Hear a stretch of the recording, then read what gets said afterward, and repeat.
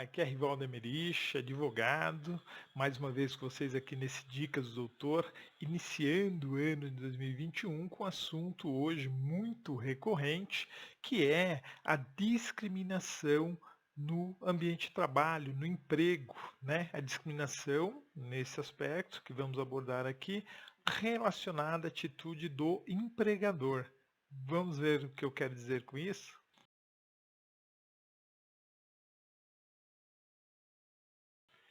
A Lei 9.029 de 1995, 13 de abril de 1995, ela proíbe a exigência de atestados de gravidez e esterilização da mulher e também outras práticas discriminatórias para efeitos admissionais ou ainda na permanência da relação de emprego, né, e de trabalho.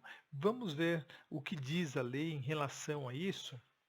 Olha, o artigo 1º da lei diz que é proibida a adoção de qualquer prática discriminatória e limitativa para efeito de acesso à relação de trabalho ou de sua manutenção por motivo de sexo, origem, raça, cor, estado civil, situação familiar, deficiência, reabilitação profissional, idade, entre outras circunstâncias, né, que ocorrem no ambiente laboral. E ressalvados nesses casos as hipóteses de proteção à criança e ao adolescente, mas aí já com previsão lá no inciso 33 do artigo 7º da Constituição Federal. Lembrando que o artigo 7º da Constituição Federal trata dos direitos e garantias dos trabalhadores, né?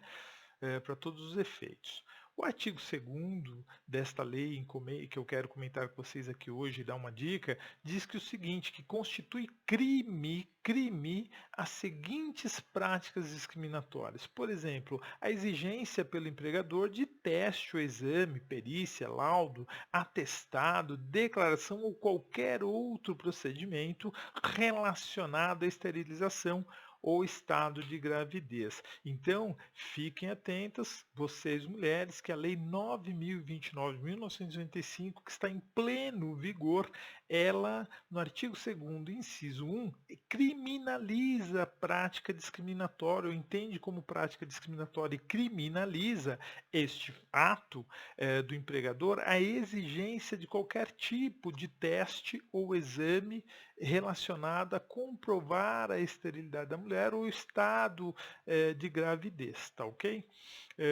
O inciso 2 do mesmo artigo 2º também diz o seguinte, a adoção de quaisquer medidas de iniciativa do empregador que configurem, primeiro, inciso A, indução ou instigamento à esterilização genética, isso também é crime, né? O empregador incentivar, isso é muito comum, me parece, empresas de telemarketing, outras do gênero, que exigem que a mulher comprove por atestado médico que tem prescrição para uso de método contraceptivo. Isso é uma prática criminosa. Se ocorrer, nós vamos ver aqui adiante quais as consequências que podem acarretar para o empregador que assim age, né? A linha B diz o seguinte, promoção do controle de natalidade, assim não considerado oferecimento de serviços de aconselhamento ou planejamento familiar, realizados através de instituições públicas ou privadas submetidas às normas do Sistema Único de Saúde, que é o SUS. Então, quando o empregador ele adota por iniciativa própria, né, alguma prática de controle de natalidade, política de controle de natalidade dentro da empresa, ele está violando as disposições do artigo da Lei 9.029 de 95 e, por conseguinte, praticando crime. E o que acontece? Qual a penalidade para o empregador que faz isso? A pena de detenção de 1 a 2 anos e multa. É óbvio que não vamos entrar aqui no aspecto, até porque não sou criminalista, do que se essa pena de detenção venha a ser cumprida ou não, qual a consequência do empregador. Não vou entrar nesse aspecto, eu sei que a pena é detenção, podia ser reclusão, né? E a detenção até 2 anos permite, óbvio, a quem for responsabilizado criminalmente, que possa até obter aí um sursi processual, mas não vamos nos alongar nesse aspecto. O importante é que existe a tipificação do crime para essas práticas e que há uma consequência. Toda vez que alguém comete um crime, tem que ficar atento porque há consequências, né?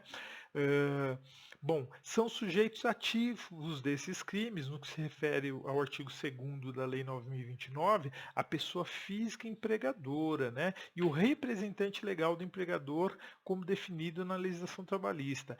Também, pelo inciso 3, o dirigente direto ou por delegação de órgãos públicos, entidades de administração pública, direta e também aquelas fundacionais de qualquer dos poderes da União, dos estados, do Distrito Federal e dos municípios. O importante aqui é que os incisos 1, 2 e 3 do parágrafo único desse mesmo artigo 2º da Lei 9.029, ele traz uma gama ou uma relação, né, que eu diria que não é um rol taxativo, mas um rol exemplificativo das pessoas que podem vir a ser responsabilizados. Por exemplo, olha o exemplo que eu dei da empresa de telemarketing, onde tem ali um gerente que impõe políticas e que é visto como empregador aparente pelo cargo de gestão que tem e poderes muitas vezes conferidos ou não instrumento procuratório, mas que impõe controle de natalidade dentro da empresa por sua conta.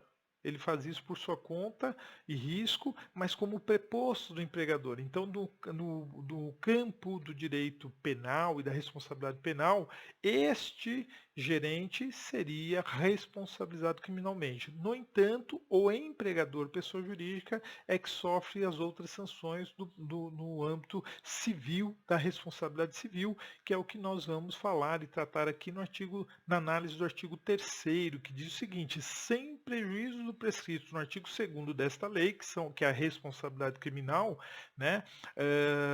E nos dispositivos que tipificam os crimes resultantes de preconceito, de etnia, raça, cor ou deficiência, as infrações ao disposto nesta lei são passíveis das seguintes combinações. É aí que é o importante. Aí nós estamos falando aqui agora de responsabilidade administrativa e civil. No inciso 1, fala da multa administrativa de 10 vezes o valor do maior salário pago pelo empregador ao empregado, elevado em 50% em caso de reincidência. Então veja bem, se o empregador tiver ali um dos seus gestores responsabilizado criminalmente por prática de ato discriminatório, né, na relação de emprego, ele poderá sofrer como sanção administrativa advinda hoje o Ministério da Economia, antigamente era o Ministério do Trabalho e Emprego, multa administrativa de 10 vezes o maior salário do empregado. Significa que se o empregado ganha ali um salário mínimo, a multa será de R$ 11.000. E se o empregador for reincidente nessa prática, essa multa será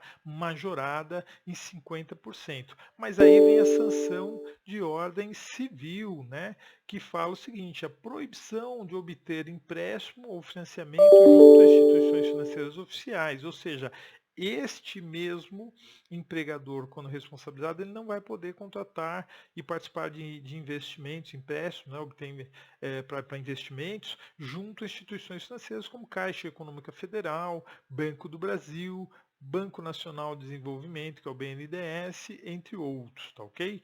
No artigo 4º, trata do seguinte, que se houver o rompimento da relação de trabalho, né, e de emprego por ato discriminatório, nos moldes dessa lei, que é a Lei 9.029/95, além do direito à reparação pelo dano moral, e hoje nós devemos lembrar que a CLT, que é a Consolidação das Leis do Trabalho, com aquelas alterações advindas lá da Lei 3.467 de 2017, em vigor desde 11 de novembro, né, daquele ano, já traz ali uma quantificação de dano moral e num capítulo próprio que nós podemos trazer numa outra ocasião, traz ali tanto as situações que configuram dano moral, né, quanto também o seu tabelamento. É algo que, como jurista, eu discordo, no entanto, existe, evidentemente, enquanto isso não é discutido em tribunais superiores, nós temos então uma quantificação do dano moral dependendo da gravidade do fato. O importante é que aqui esta lei não exclui a responsabilidade civil e a indenização pelo dano moral devido ao empregado, né? Que pode optar, olha só, no inciso 1, pela reintegração com ressarcimento integral de todo o período de afastamento. É que nós estamos falando, temos a questão do dano moral, que ele é presumido, tá ok?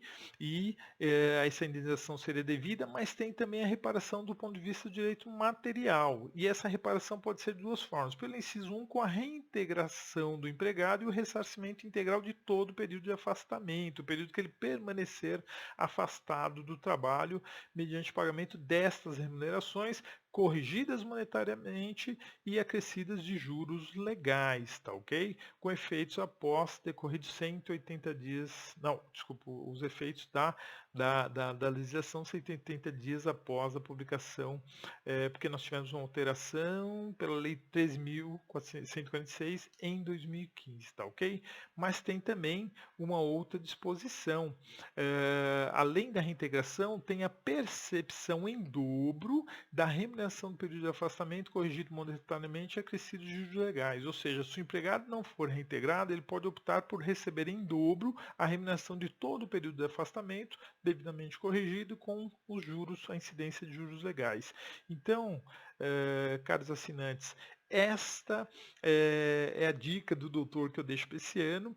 Quando alguém for sofrer discriminação durante a relação de emprego, ou seja, no ambiente de trabalho, com a exigência de atestados médicos para aferir se aquele candidato, aquela candidata está gestante ou não antes da contratação, porque ela seria estável, segundo o artigo 10º das disposições constitucionais transitórias, né, dos atos das disposições constitucionais transitórias, lá trata dessa estabilidade que vai desde a confirmação da gravidez, né, até o 5º mês de vida da criança. Então, por conta disso, muito empregador ele ousa exigir da empregada que comprove ou que ela está, isso inclusive em entrevista de emprego, vem aquelas perguntinhas se ela faz uso de método contraceptivo e qual o método que utiliza.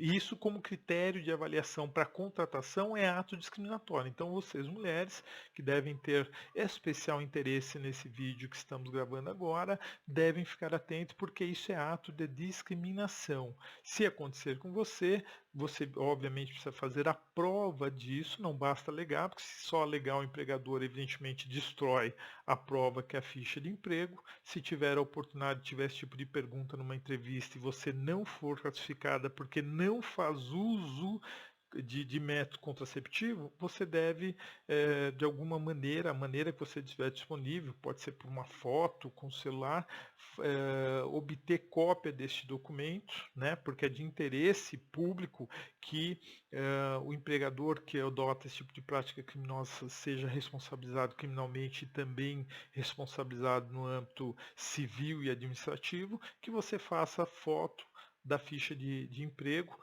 para, se for o caso, você poder questionar. Se essa pergunta tiver no processo seletivo como finalidade impedir que mulheres que não façam uso desses métodos para evitar a gravidez, né, que elas sejam contratadas, então você tem direito a reivindicar as disposições da Lei 9.029/95, que está em pleno vigor. Então fica sendo esta a dica do doutor de hoje. Quero agradecer a você que me mandou essa pergunta e me possibilitou trazer esse assunto aqui.